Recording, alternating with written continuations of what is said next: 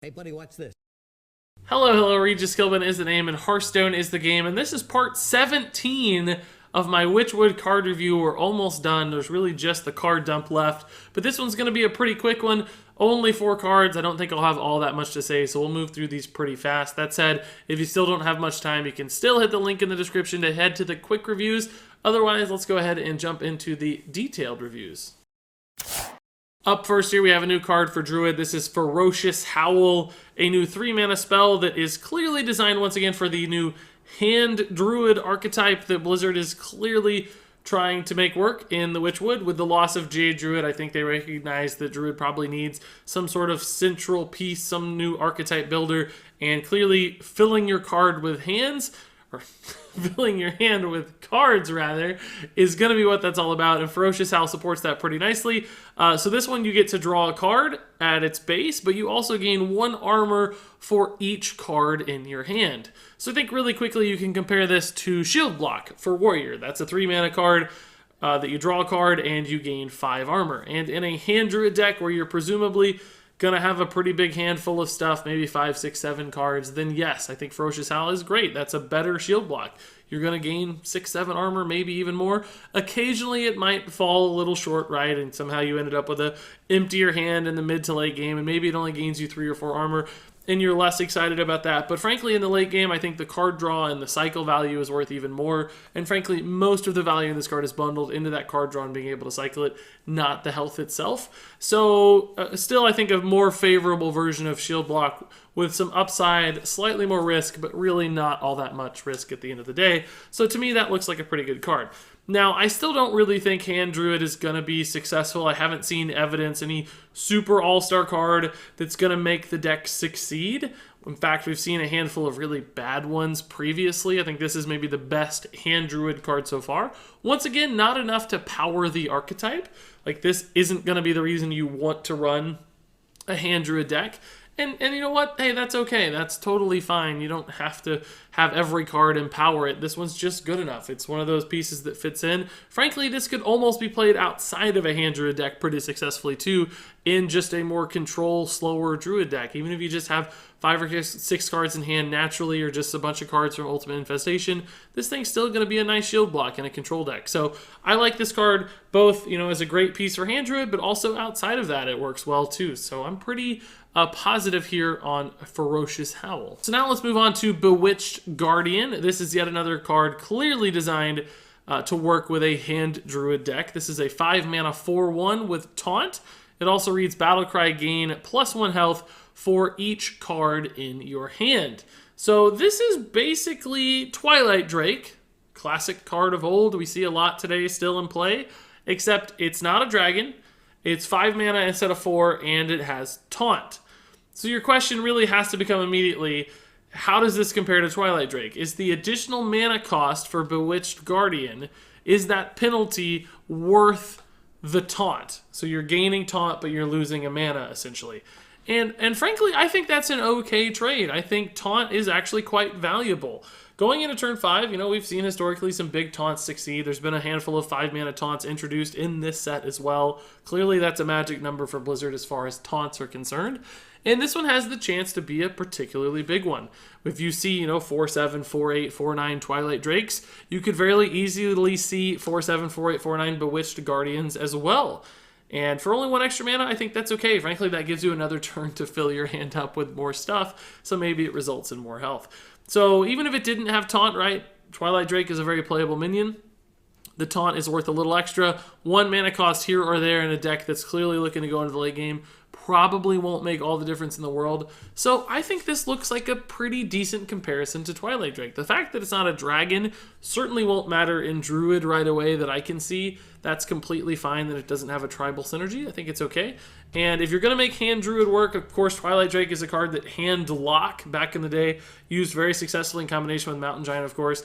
And, you could still Mountain Giant and Bewitched Guardian and all that stuff gets tossed in. You could frankly still run Twilight Drakes. So this would just pile onto the hand Druid, style of play where you play the giant stuff because you've sacrificed playing cards in the early game.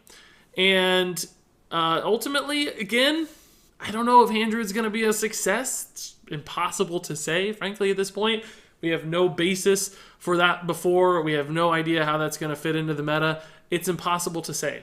But regardless of whether or not the deck works, I think Bewitched Guardian does some good things. It compares favorably to other cards we've seen in the past in Hearthstone. So I think the card itself is fundamentally solid. It's an okay card. It could definitely be played if Hand Druid finds success. Once again, not enough to empower the deck or encourage the deck even, but certainly a piece that fits in nicely and looks like a solid card in that environment.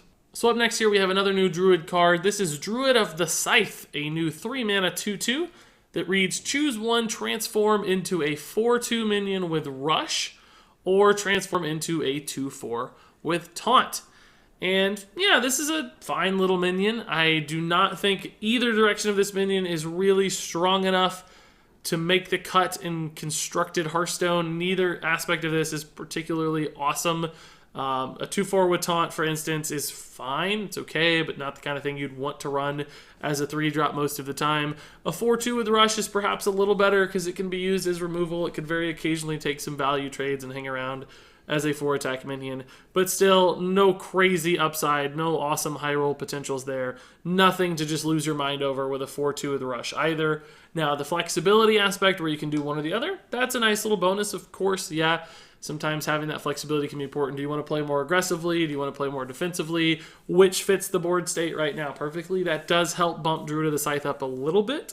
And it's a fine card. It's a good arena card in particular, I think. Could be great in arena. In constructed, though, I just don't see how it powers an archetype or fits into anything particularly well. It's not special enough or unique enough. So I don't think this one's going to see constructed play. That doesn't mean there's anything wrong with it or that it's bad.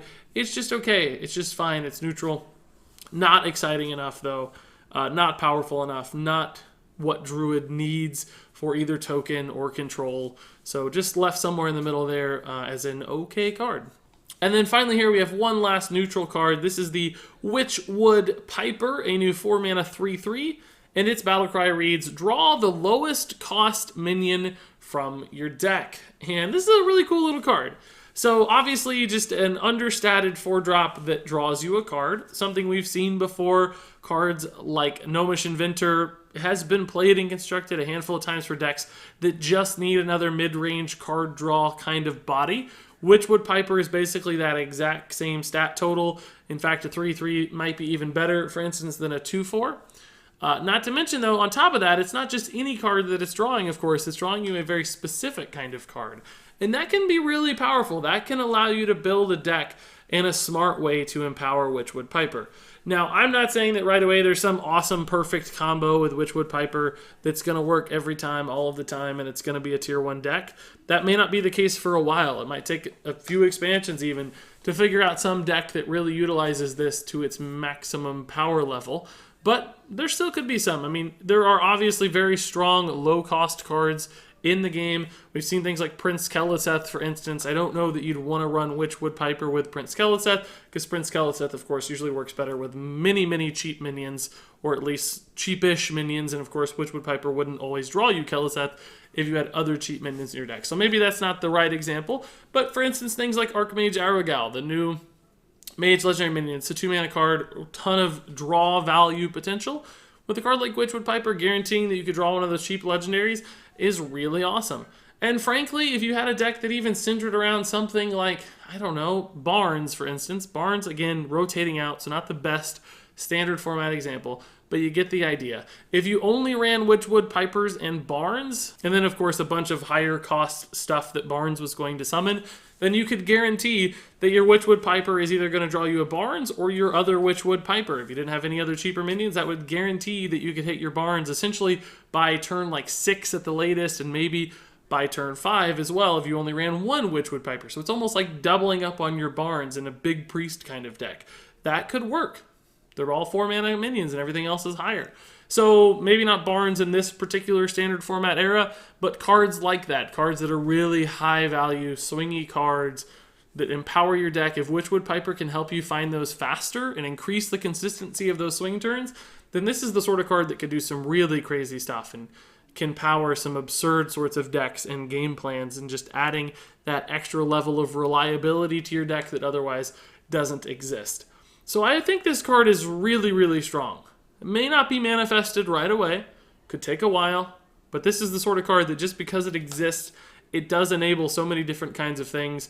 Really interesting, not by any means overpowered card, but just an interesting design. Tutoring out specific things has a lot of raw potential, so I like Witchwood Piper quite a bit. Okay, so that wraps it up for my detailed reviews. What I'd like to do now is go through and rate each of these cards from 1 to 5 stars in my quick reviews.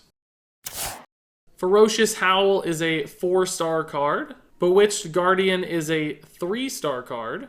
Druid of the Scythe is a 2-star card. Witchwood Piper is a 4-star card. And there you go, guys. Detailed reviews are done. Some people might be wondering why something like Druid of the Scythe gets a worse rating than those Hand Druid cards, even though maybe Hand Druid won't be a successful deck archetype at all, and Druid of the Scythe is obviously a harmless minion. Well, the reason for that is because I think those other 2 Druid cards do really good things. When they work really well. Druid of the Scythe just never does anything all that special. It's just sort of a boring, basic, everyday kind of card. It's not going to be awesome in any context. Yes, it'd be fine in any context, but it's never going to be great. Those other cards do have the potential to be strong. They have the potential to be pretty good. So even though the likelihood of them working might be lower than something like Druid of the Scythe, the potential for them when they work is much, much higher. So that's why I give them essentially a little bit of a higher rating than something like Druid of the Scythe. And in fact, those 2 Hand Druid cards I rated much higher than previous Hand Druid cards because the other Hand Druid cards just didn't seem all that good. Even when they worked, they didn't seem that strong or to do anything significant. Summoning a bunch of Wisps is no big deal. Summoning like a 5/9 Taunt feels a lot better, feels more impactful. So if you're wondering why there might be some inconsistencies across Hand Druid ratings, that's basically why. That said, I'm still curious what you guys have to say. What do you think about these cards? What do you think about all of the cards so far? Share your thoughts in the comments below as always. But until then, thank you so much for watching. And until next time, game on.